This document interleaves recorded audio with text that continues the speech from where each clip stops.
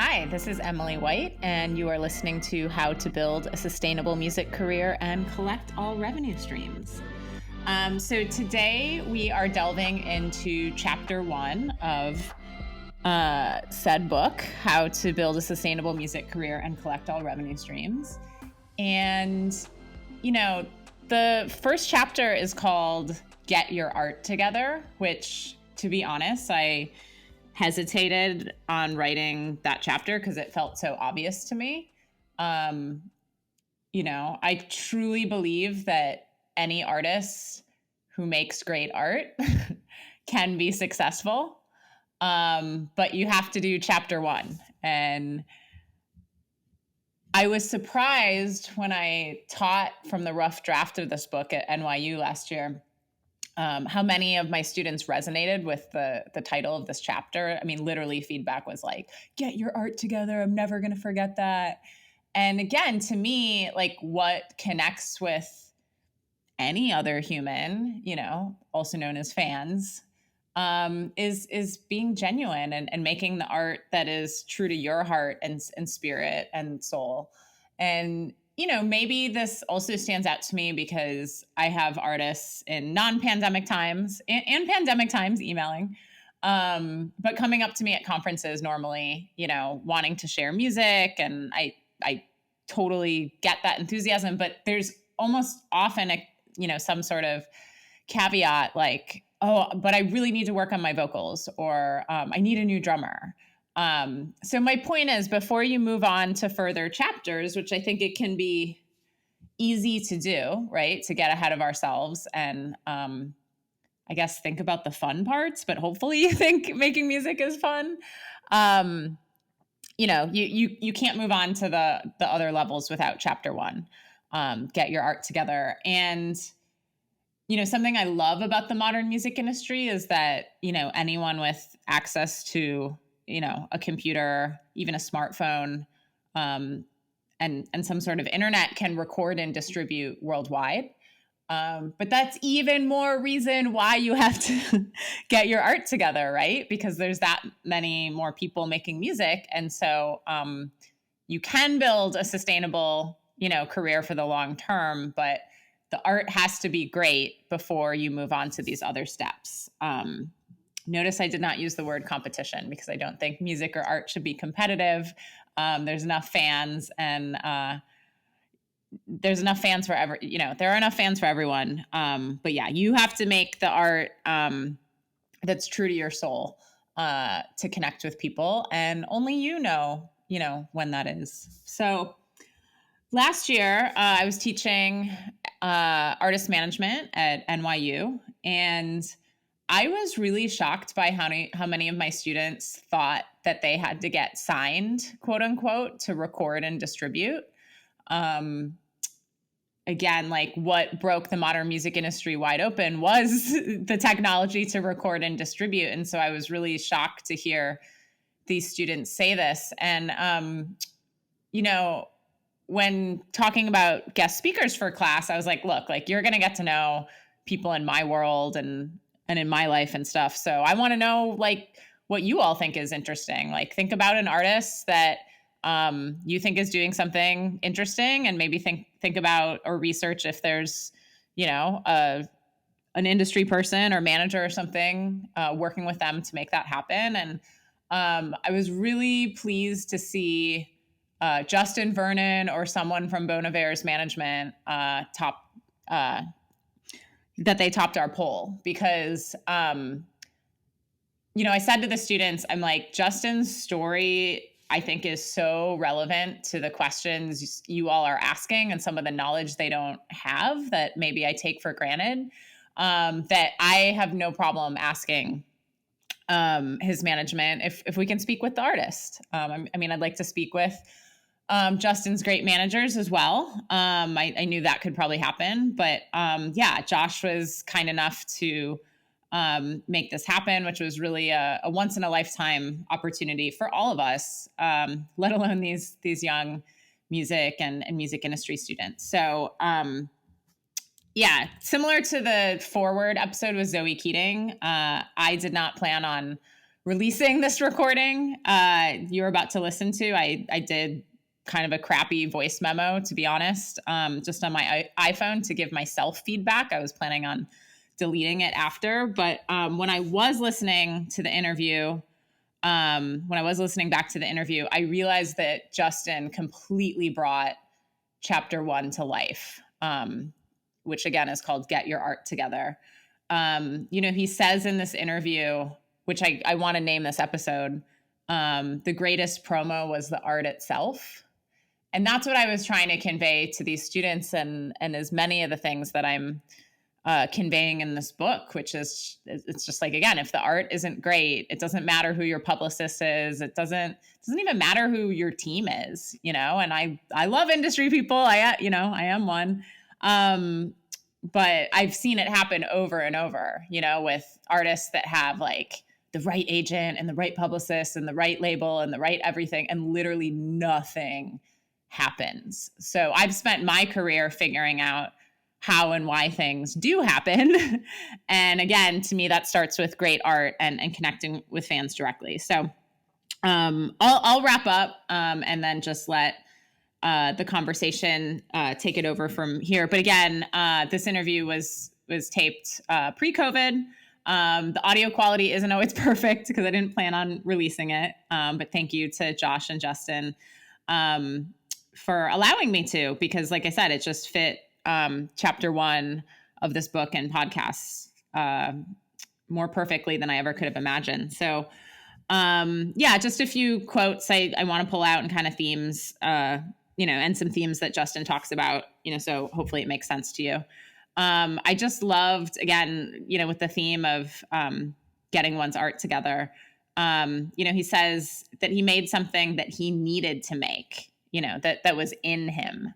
And that he was cultivating what he was, or who he was, more so than, trying to fit in or get noticed, and doing it for the purest reasons. And again, that's something that I cannot try to instill more into students and to anyone listening to this, right? Like I hear so often from artists like, oh, I think this is right for this label or that label. And I may have said it on the previous episode, and it's like, did you write it? Did you write this music for this label or, for other people or for yourself? And Justin says somehow, and this was actually more, when he, his music was posted to MySpace, and my old Kentucky blog picked it up, and then more and more people were checking it out, and all these label offers were coming in.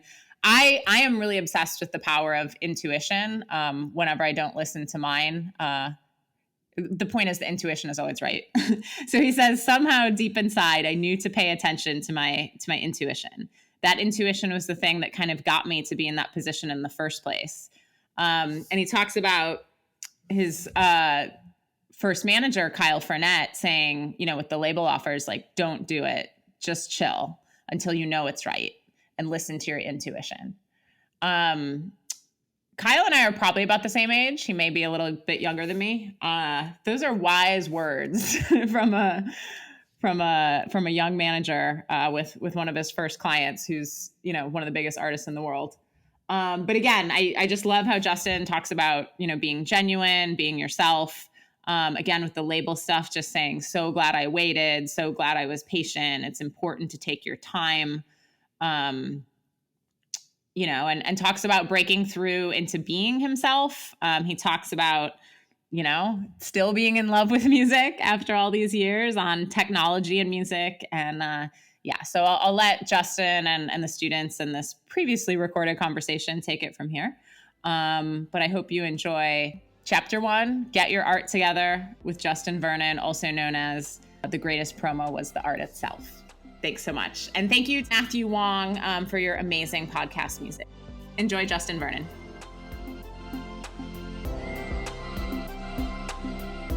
So we'll just dig in. Absolutely. Yeah, please. Great. Thanks for having me. So tell us about your creative process, which is kind of generic, but the question is generic. But I hear from students and artists all of the time who often create what they think a label or an audience wants to hear. instead of making art that's true to their soul. So how do you know when your art is ready? Yeah. And when you're really ripe to record? Excellent question. I started writing songs when I was 12. Like, it's just like clearly an interest that I had. And, it was everything sort of derivative for a while, as everything kind of is. Nobody like pops out of the woods like raised by wolves with like some immense talent or context for making art, right? So that was kind of the way it was, like from 12 to 26, where you just like, I always look back and hear my music, and I guess it sounded like post Hootie and post Dave Matthews and like kind of not exactly great. But I think, honestly, I think once I got into college, I started to feel like I wanted to have music be my career so bad that I think I was leaning a little too hard into like, well, what can get me on the coffee shop circuit? Like I would go to like Borders and buy like the indie music Bible. It's like, I'm gonna book a tour, of which I never did. I had no idea how to do that, and that's not really how it kind of works. And so at a certain point, I left my town that I grew up in and went to college in, which is a very important situation, and went to North Carolina with like my best friends and my bandmates who, we studied music together. We didn't go to the same music school or anything. I didn't even go to the music college, but we went there together and we just like dug in and started over. And I think that was probably most certainly the number one most important thing I ever did, was just like a massive start over, completely renewal, completely guillotined the past and started again. And we just worked. We weren't trying to necessarily, I guess we were trying to get a career going, but we didn't move to New York. We moved to Raleigh, North Carolina, which was like the craziest thing we could imagine doing, New York or LA, Nashville, none of that was like, seemed possible for like the small town people we were. To try to answer your question, like my process and when did I know the art was ready is literally that year I just worked and we worked and worked and worked, and we went through a breakup because we started diverting because we had become more and more individual, and that's quite literally when I started recording what would become the first Bon Iver album, and I just knew that I'd kind of quit, I'd kind of relented to not having a job in music, and like I'd kind of like come home and was going to go back to college and like get a music teaching thing, and it was right then when I got my first call to go play guitar in this band called the Rosebuds, which is my first real touring gig ever, and first chance I'd ever produced anything, and it was on that tour that like somebody on MySpace like heard my shit and like started getting offers for a deal. You know what I mean? It was just that simple, and it's like such a metaphor to me. And of course, I don't think it would happen again, really that simply. But like literally giving up, deciding that it's like something that I shouldn't try so hard to get, and just make something that I needed to make that was like in me already, rather than like it was more like cultivating what I am rather than like, oh, what can I do to like fit in or like get noticed. And that's something you kind of can't like teach or like plan on. I don't, but it is the truth. It wasn't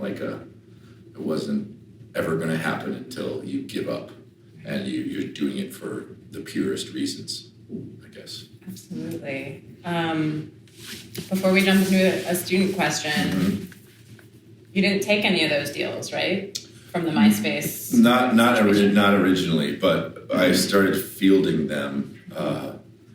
And then like even somebody, the drummer who's in the band now, his older brother is Mac McCon, who runs Merge Records, which is one of the greatest indie records. And I was like, how am I saying no to this? I was like so excited to have, I'm getting offered $10,000 to get paid back for all this hard work that I've done in my whole life. And I'm just like, holy shit. Mm-hmm. But somehow, like deep inside, I knew to like pay attention to my intuition. The thing that intuition was the thing that had got me to be in that position in the first place. And I just knew. And so I kind of waited around a little bit and fielded a lot of stuff, and Kyle, who me and Josh worked with for at least 10 years, was just this 19-year-old kid, was just like, don't do it.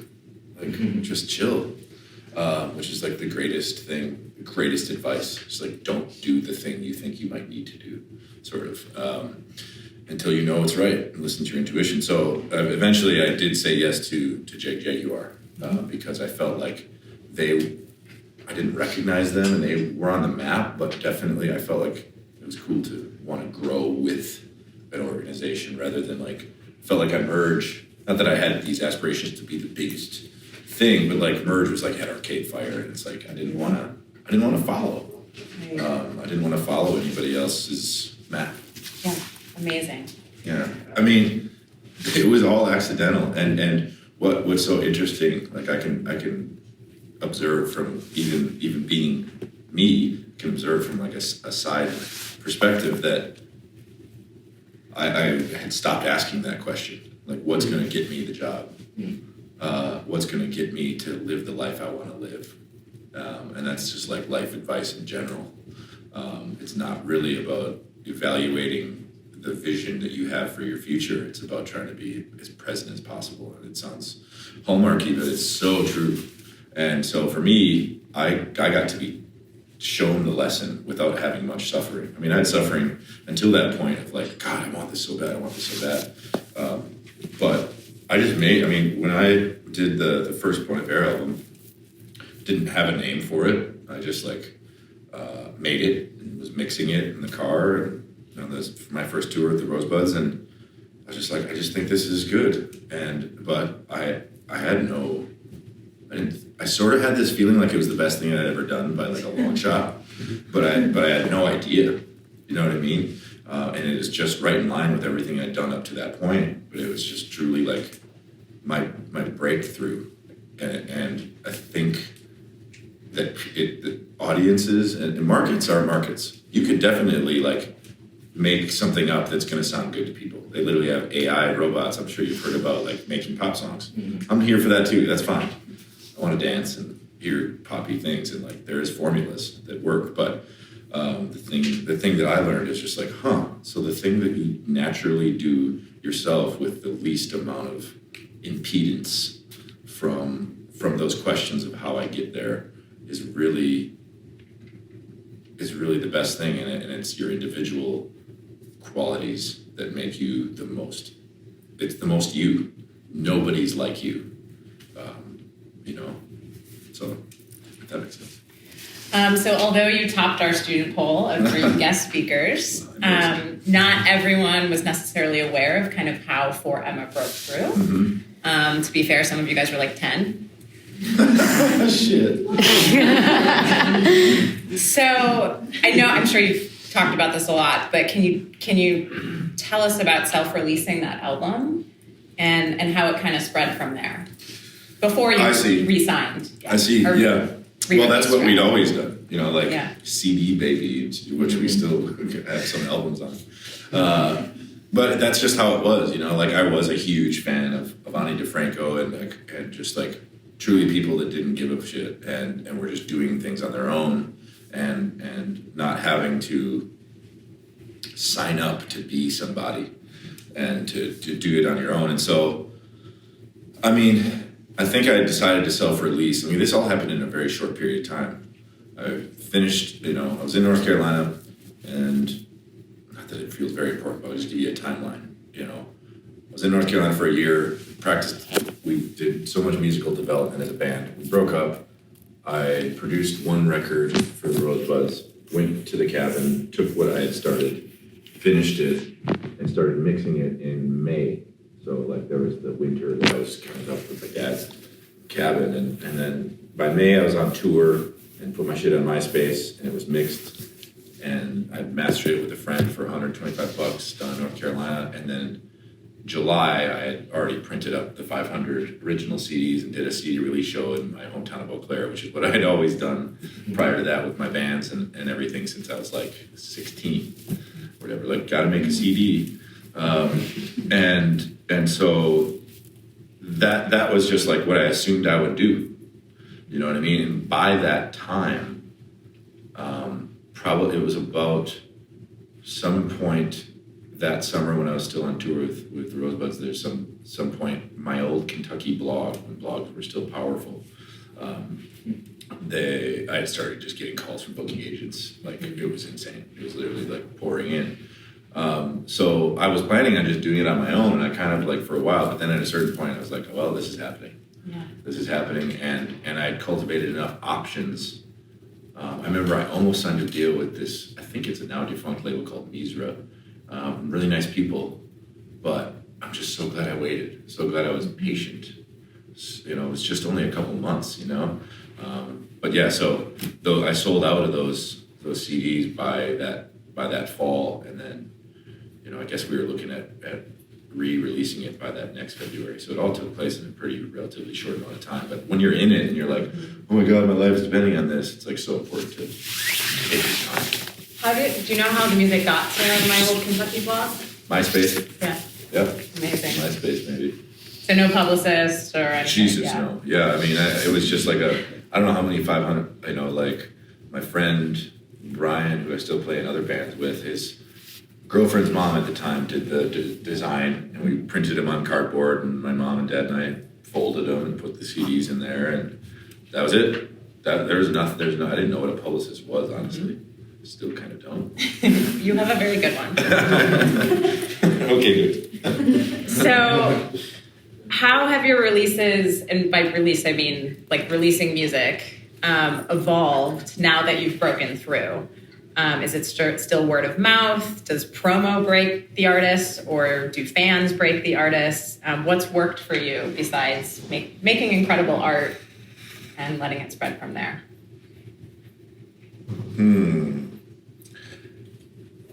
I'm very grateful for the spot I'm in, but I think the greatest promo was the art itself. And any time that I did the promo, I don't regret anything, but I almost regret and really want to like warn folks that might end up in a position like mine of the attention, because I had no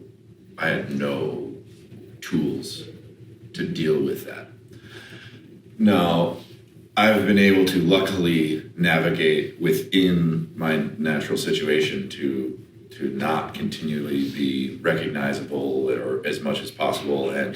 But like the first time that I did my first promo tour, I didn't realize that at the time, but I was like dying. I was like the first time I'd ever experienced exhaustion or anxiety.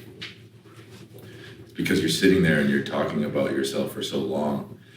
And I just don't know. I might not be the best person to ask, because it did feel like it was taking years off my life, but I just don't know how worth it all is.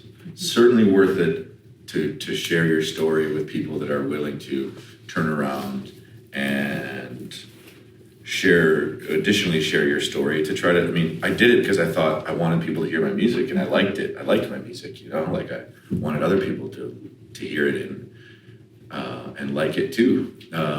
But I really felt like my soul was starting to be taken from me a little bit. And so I just think that I remember with not very much promo, we sold 4,500 copies of the album in the first week.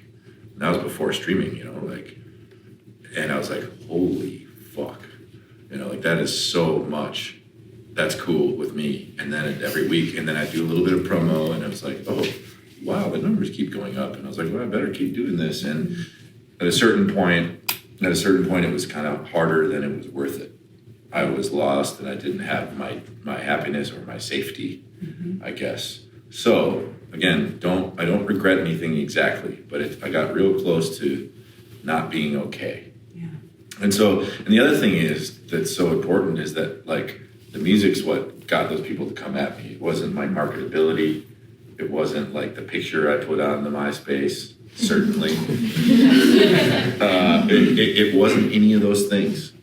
And when you start playing those games, it can be really you can be playing with fire a little bit, and you can end up going down roads that are pretty impossible to turn around from.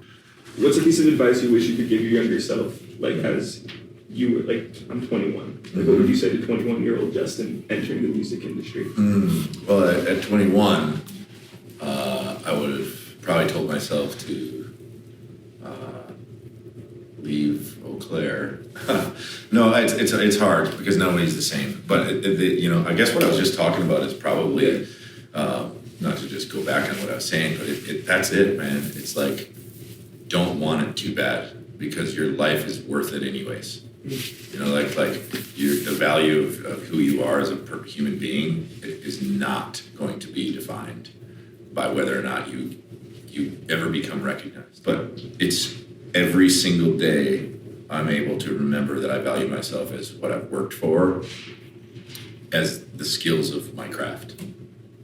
And I've never let the accolades get to me, and I've never let the negative shit get to me. I'm lucky for that. I've had good parents and good friends.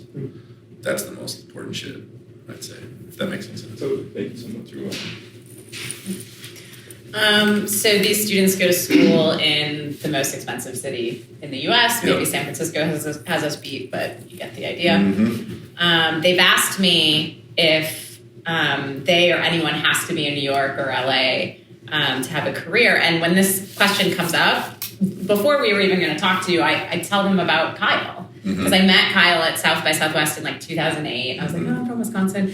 And I don't know how we started talking, but his mortgage or rent for a home in northern Wisconsin was $200 a month. And I knew at the time that you could get a good room in Milwaukee or Madison for like $500. Yep. Is anyone here paying $500 in rent? I know this was 10 years ago. And actually I had a similar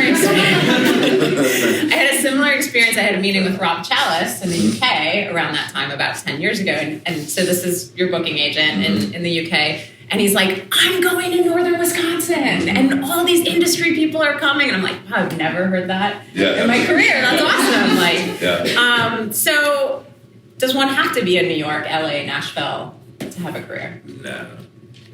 There are things that happen there. I would be lying to you. Like, I love where I'm from. I also despise where I'm from because of how tight and the lid is on the shit back home. You know what I mean? Like, it's hard to break through. I had to leave. People are always like, oh, it's so cool that you're from Wisconsin. You always stay there. It's like, no. I left because we were never going to grow more. So every place has its limitations. You know what I mean? And like, there's just more shit going on here. There's more people to meet. There's more influences. But more is not always better. And more is not actually always more. You know, like isolation or solitude. These are very undervalued things, you know, especially when there's business involved. But when you're in the business of art, there's all sorts of things that are ignored constantly. And that's the fun part, because when you first get, I feel like when you first get like the first piece of yarn that you can pull at, and you're like, wait a second, this isn't necessarily about business. This is about being an individual and being able to kind of stand up against the patterns that they that are there, that are like, well, don't. That's how that goes. No, I don't. That's not going to work if you do that. It's like, that's literally how patterns get broke, and that's literally how you get careers like this, I guess. Like, every time. It's like, you have to you be different, and you be yourself, and you stand out against the crowd, kind of thing. So there's a lot of value in like being able to afford your rent, and there's also a lot of value in like seeing things and seeing weird things happen, but more than ever, and I think this has probably happened during our lifetime. I don't necessarily think this is always the case. I don't necessarily even think it's just because of the internet or anything like that. There are insane revolutions happening in towns that I'll never know about, that we'll never know about. Little towns, like communities. Like my little town, I had an insane group of friends that were insanely talented musicians. And we grew up together, and we got better and better and better. And we discovered and worked and studied music quite literally together, loved music together. And that's really what it is. It's like surrounding yourself with people that love you for who you are, and also like are deeply interested in the same things you're deeply interested in. That's more important than where you live. Amazing. Olivia? Yeah. Hey, Olivia, how's how's it it going? My question was kind of about, you were talking about the importance of solitude and kind of the process of the first record, but then how did that kind of grow and evolve into the more collective atmosphere of the new record and growing the band and the producers and stuff that you work with? Great question. Solitude is lonely too, and there's like a balance to things. So the solitude was I remember thinking I was the happiest I'd probably ever been. Like right after finishing that record, I was like, wow, I feel so good. I feel so renewed. I feel so much a part of myself. And then I was just really bored and really lonely, and also like the warmth of creating stuff with other people I missed a lot. And so, and also I had the, after the first record, I had all this opportunity to start hiring people and flying them to my house, and like people like Rob Moose and these arrangers and these musicians, and like I was just excited. I always heard bigger sounds, and so I just like stepped right in and didn't really think about it too much. And I think through these four albums, it's certainly been like more and more adding more to the recipe and cooking longer and sculpting longer and all that stuff, and like involving your friends and like this guy Brad, who is probably the main producer on the album. We use the word producer, but really he was just there to keep me accountable as a human being.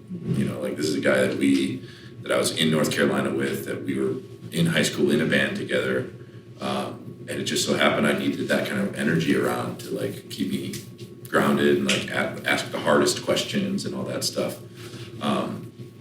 So it's a pretty natural progression to see that wanting more people and needing more people to be around and to be excited by. And it's so funny that right as I finished this album, like I've started playing guitar again, and I've started writing songs again, and I don't want anybody around me. And so it's funny, it's just like I feel like I'm starting over again in a very, very healthy way. I want nobody around. I don't want even Brad around. I don't want even Chris Messina around, who's like been in the room with me for the last 7 or 8 years. And then sometimes that's hard. You're like, well, I want them around because I love them and this has been great. And it's like, you got to do what's right for you. It's like Chris is losing his job. It's just I need like 3 weeks where nobody talks to me and I just play guitar. And I didn't need that or want that, or I might have needed it, but I didn't ask for it before now. And so it's always going to change. It's always going to change. And like now I feel like I'm definitely in this starting over period, but it is always going to change. You're never going to know. You never get to a point in life, like I don't believe in heaven or afterlife or anything. So I'm like, this is your only shot and it's always going to change. And every day you need to ask yourself how you want to feel. And you have to answer it as honestly as possible. You know what I mean? It's like, that's kind of all you got. And if I'm feeling like I want to be alone and play acoustic guitar and write a country song that day, that's what I'm going to do. Prior to making, it's very much, I consider it my first album because it's kind of one of the only things, that's not true. It was my first album because it was my first time I felt like I'd broken through into being myself rather than being a sum of a bunch of derivative influences. But everything before that, I mean, I was in 8th grade on like MIDI trying to like score the Legends of the Fall score for my concert band. You know what I mean? Like I always wanted to do film music. I was into jazz. I was into like deep, weird punk scenes, and so everything about music just seemed to excite me. And so like the second record is you can hear a lot of everything that happened in my life, very much more of an encompassing record than that first record for who I was throughout my whole life. And I try to get it all in there. And it kind of weirdly flows as an album somehow, even though it kind of stylistically sort of goes in some weird places. And it starts with like a weird metal choral song or whatever, and ends with like 80s, like R&B horrible sounds, and it's so that's sort of the answer to that. And then it's just like everything from my life, like all the energies at once kind of coming through as an album. Yeah, and then very much not to keep the third album, the 22 Million record, was just like my album of not having any idea what I wanted, and the only thing that sounded good to me was shit that was really angry, because I was really angry, I was really anxious, I was really alone, and I was really scared, and I didn't want to do it. And another good friend, I'd honestly given up. I honestly was like not sure. I mean, there was like 4 years that we didn't do shit. So I actually have no idea how long it was, but I was working on it and I just didn't know how to finish it. I didn't have like the courage or the strength, honestly. And I just got done like having like making this album that was my whole life. And then I was like empty. And then I was like, oh, this is my job. I have to keep doing this. And it just took me forever to just like, that's what it felt like making that album, fuck, I have to do this. I have to do this, and then a friend came in, my friend Ryan Olson, and he was just like, fuck you. Like, no, you do not get to give up. He literally like carried me to the finish line. And, this word producer, I'm not sure about, but we give him that title. But it's really just like making sure that the person is in the right spot. Really is what it mostly comes down to in my experience. Of course, there's other times when you need like an actual producer, which he is an actual producer. But I know I'm sort of going beyond what you were asking, but it was such a big result of my whole life and influences, that second album, that it completely emptied the tanks. When you're in the process of that, I guess like solitude of making your album, like you mentioned, like going to the cabin, especially I guess like that initial first expedition, if you will. How did you communicate that to people in your life and like have them respect your decision? Like shut off them entirely, or just like, do you know what I mean? Yeah. It was called, this same Brad guy that I was talking about, we were in a band together and we were at practice. We were in North Carolina and we were like trying to record something, and he was like hooking a chain up to a piano, and it was like some avant-garde thing, and I was just like rolling my eyes or something. And he was like, you want out? And it was like the hardest breakup I've ever been through. And we broke up that day because he asked me, and I was like, yeah, I do want out. Like, I'm not in this anymore with you guys. And it was so difficult. And so it was called not having a job, yet having no bandmates, and having no idea what I was going to do for money, that got me to go up there and just like eat venison, because that's, my dad was cool with it. He was trying to get me to do work, which I also didn't do. But that's it. It was like a kind of just a come to Jesus situation where I just like had to go. And to communicate, I didn't have to communicate to anyone because there was nobody really left. Like my bandmates, like at that point, we didn't talk for like a year, which is kind of insane to think about because we're the best of friends.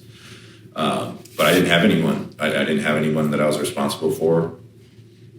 I just left, and I didn't really have anyone to talk to, and that was really weird. But it started to feel really good to not be responsible to anyone at a certain point, because, and that's something that I started to lose. The responsibility for myself and the loving myself and giving myself what I needed as an artist and as a human being. As I gathered more people in my life, I got really bad, lots worse than I ever had before at giving myself what I needed. You know what I mean? Mm-hmm. And just kind of returned to a place where I'm like learning to give myself what I need to be happy. Because, we got a lot of people that I love and care about, and sometimes you end up doing things for them before you do things for yourself, and that's not the way it's supposed to work. But yeah, I didn't communicate to anyone because there was nobody there. And like for you, what is it that like draws you into like nature? Because there's a difference between like just solitude and like solitude in nature. Mm-hmm. Specifically, like yep. What is it like that you listen to that? Nature is bigger than us. That's a great reminder that you're just like, if you're worried about what you're doing and you're like, God, what am I going to do? It's like you're working on a music song. Like you have food and a roof So nature's always just like it's an easy reminder of like these trees are older than your ass, like that is like quite a literal thing. But something else I thought of when you were asking is like there's so many things as we grow up, even if you have like all the support in the world, that you're sort of you feel like you're meant to follow these scripts. Excuse me. Or like, oh, this is how life's supposed to go. I'm supposed to, find a job and then I'm get married and have kids and do this, and not that that's wrong. But so many times we end up, even if we're like thinkers and searchers and like rebels, we still end up like following those scripts. And why I like nature and solitude, and even solitude amongst friends, is you can cut out the world, because the world is not gonna usually help you find yourself. It's usually just gonna make you feel nervous about who you are. If to me, at least for me, I'm very sensitive to that, and so I like being able to extinguish the noise. You're able to find a quieter part of yourself, I think, that way. Calmer. If you're calm, you can be yourself. If you're not calm, you're going to be like somebody else. But as far as technology goes, I was lucky enough, I was recording other bands in middle school and high school. I had a 4-track, and then I got a Pro Tools rig, and not a rig, just a DO1, but just like, and so you get better and all that stuff. And so you just start learning about how it's like guitar is technology. It really is, like, not to be weird, but that's technology. That's like a tool you use to make something sound good to you. And so over the years, it's one of the, I could consider my partner, Chris Messina. He's not really a musician. He's didn't even come from the recording world. He's just always like figuring out how to put weird shit in front of me that sounds weird and different. And the discussion of how to discover something new is always happening. And because he's not like some big shot recording engineer guy, that's why I like working with him in that space, because we're always finding something out together. And we're not like people that like know everything.